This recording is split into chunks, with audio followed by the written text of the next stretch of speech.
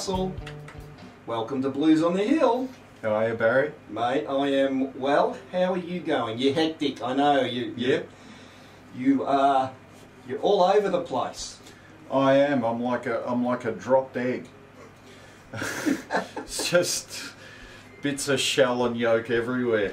But but it's good. Like no one's got a gun to my head making me do it. You know, it's of my own volition. And what about your love of hill country? Where did that come from? When did it start? How did you fall in love with this music? Well, I suppose. Well, it started before hill country, and I remember when I was in deepest, darkest suburbia one morning, Saturday morning, I was just incredibly bored, as any 13-year-old is, almost constantly. And I was just flicking around the radio, and I came across a crackly station that was playing something that I found out later on was John Lee Hooker, and it sounded like nothing really that I'd actually heard. And then about a year later, a teacher at school gave me a cassette of Muddy Waters Live, and so I just sort of went from there. But with hill country, it was like I always loved it, but the first time I went to Mississippi, it was you know, it went from what would you call it? It went from a mad crush to a love affair too hot to cool down. Yeah. You seeing the real deal, eh? Out in the juke joints and so on. Yeah. It was pretty amazing, you know, like because, and I realised the first gig that I went to at Red's Juke Joint was to see this guy R.L. Boyce, who's amazing when he's not drunk, but he's drunk most of the time, you know, like he battles with it. But if you get him when he's when his blood alcohol's rising, but before it's really sort of made an impact. Before it's peaked. Yeah, he's incredible. Like he's just fantastic. And I realised, like, within 5 seconds of him starting playing, that I had hill country specifically, but blues in general, all wrong. I had the notes in the right spot, I had the rhythm there, all of that sort of stuff. But it was just the way he did it. You know, it was just, and it was, and it's all that thing. Like, I would, anyone out there who wants to learn how to play blues guitar, don't learn any licks. Like, don't copy anyone. Just try and interpret your feelings through an instrument or your voice, because that's what I learned on that trip. So that was the first trip to Mississippi, and the second trip I went back and I played. And I was playing in this bar called Delta Amusements, because they had like 2 pinball machines in the joint, and that's enough. That's an amusement parlour. Yeah. And it was like a bar and a diner sort of thing. And I was playing, and a black guy walked in, and he said to the barmaid, can I use the toilet real quick? She said yes, and so we went to the bathroom. When he came out, I started playing, and he stopped and looked me up and down and left, and I thought, oh geez, I don't know what that's about. And when he came back in, he came in with about 8 or 9 other blokes, and they sat at the front table and stayed till I'd finished. Came up and shook my hand, and and that was, of those 8 or 9 people, there's probably 6 Kimbras there. Wow. And they said, where'd you learn to play like that? And I said, oh, from your dad's records. So. Your family. Oh, not quite. Yeah. Not by a long shot. But what a great honour. Yeah. Oh, yeah. To have all the Kimbras watching you. Yeah. Well, that's it. I think one of the reasons that I was embraced over there was because I actually don't just love the music, but sort of respect the people and the culture that it comes from.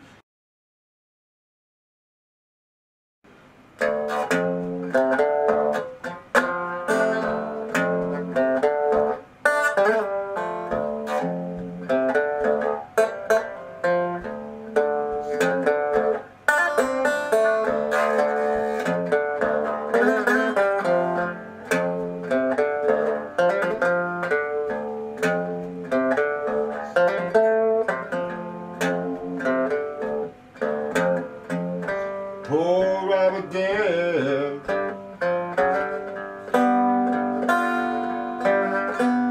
Poor rabbit dead and gone.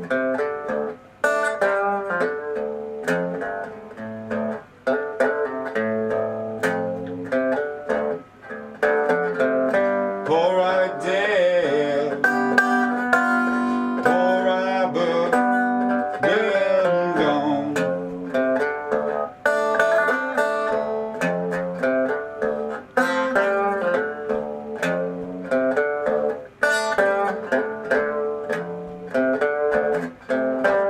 Ain't nobody like him. Don't be no one. Maybe don't want to carry on.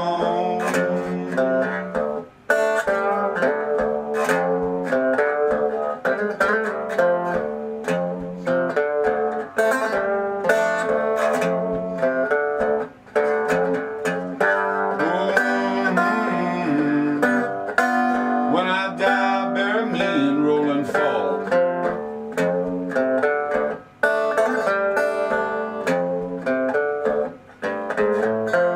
When I die, please bury me in rolling fall.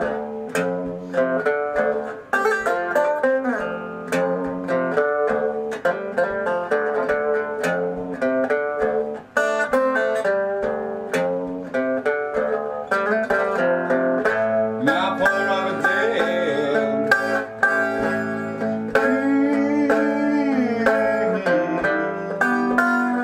Nobody around to make his guitars talk.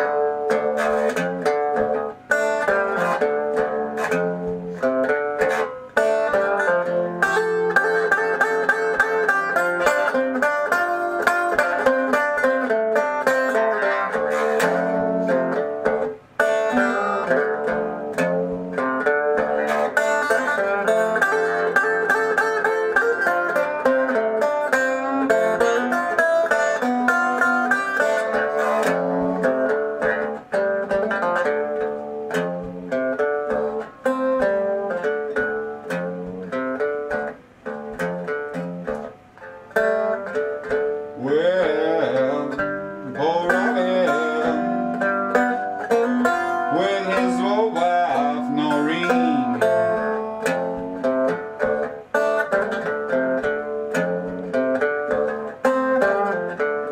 Poor rabbit with his sweet wife Noreen.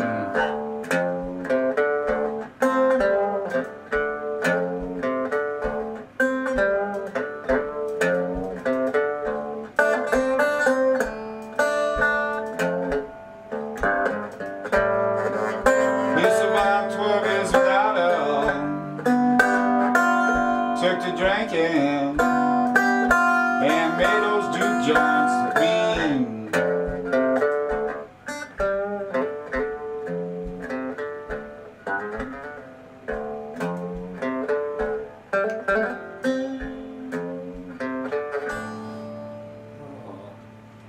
That's just beautiful stuff. Wonderful. Oh, thanks. Absolutely. It's just so great to hear you play acoustic after, you know, I've been spinning you ever since your debut. I reckon when you first, from your first single onwards, and it's just wonderful hearing you play acoustic for the first time after, you know, hearing the dirty tone of the Chicken Walk, which is wonderful in itself, but just so crisp, so pure, just wonderful. Chris, Mississippi, Yep. Clarksdale, all these places we've talked about. Is there an atmosphere there? Like, Yeah. like, do you feel it? Yeah. And Like- it's in everything. It's the way the air smells. It's in the shitty coffee you get. It's in the surprising kindness beating against or being beaten by abhorrent racism. It's you know, it's an amazing place. You don't often, I don't know, in my life I hadn't really seen before people walking around with 2 or 3 guns on their person that would also give you the shirt off their back. Yeah. You know, so it's a different, you know, it's weird because it's so similar to Australia, American life, and places like Clarksdale are like little country towns. Well, they are little country towns, but they're like Australian country towns. They're so similar that 5 or 10% that's different really stands out, you know, in everyday life. And you know, the difference is they've got a music that they've created and they've held on to, whereas we tend to get bored enough to go and have to reinvent the wheel every 5 minutes. All right, we've talked too much again. We need to hear some more music. How about some wonderful blues from you? What do you want to do this time? I'm going to mash together a couple of things. There you go. That I didn't write. Well, that's the blues. Yeah, That's what it's all about.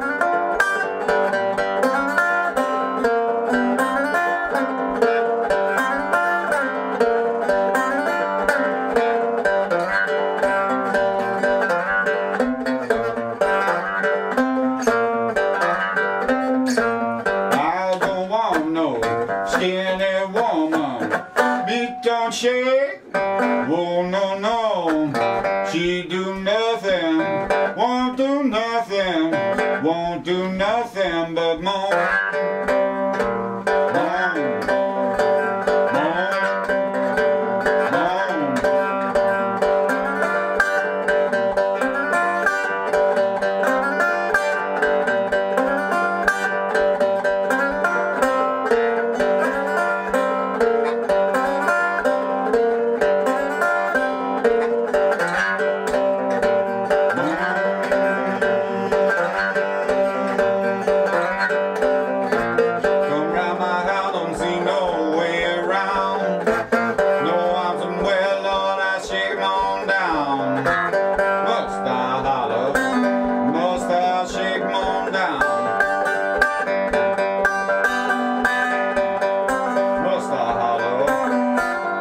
Shake 'em on down.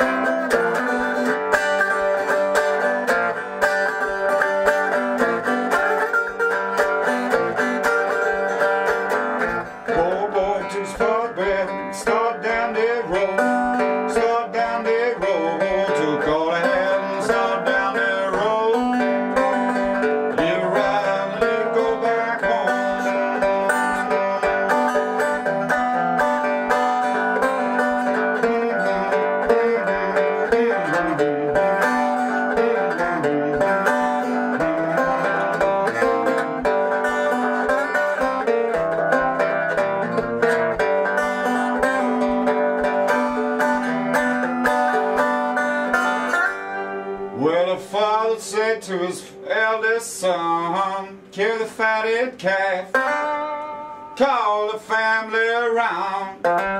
Kill the fatted calf and call the family around. Well, my son was lost, but now he is found.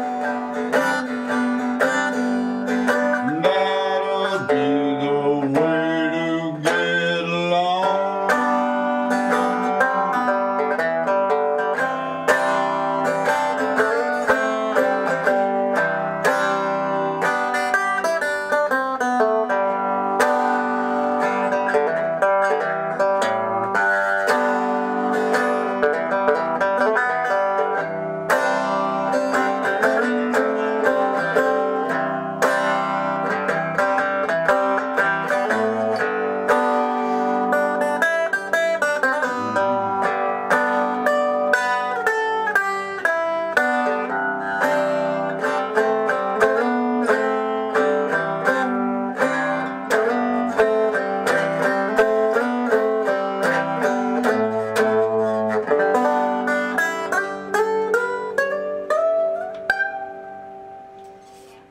Wonderful stuff, yet again. That's live blues, folks. Chris Russell.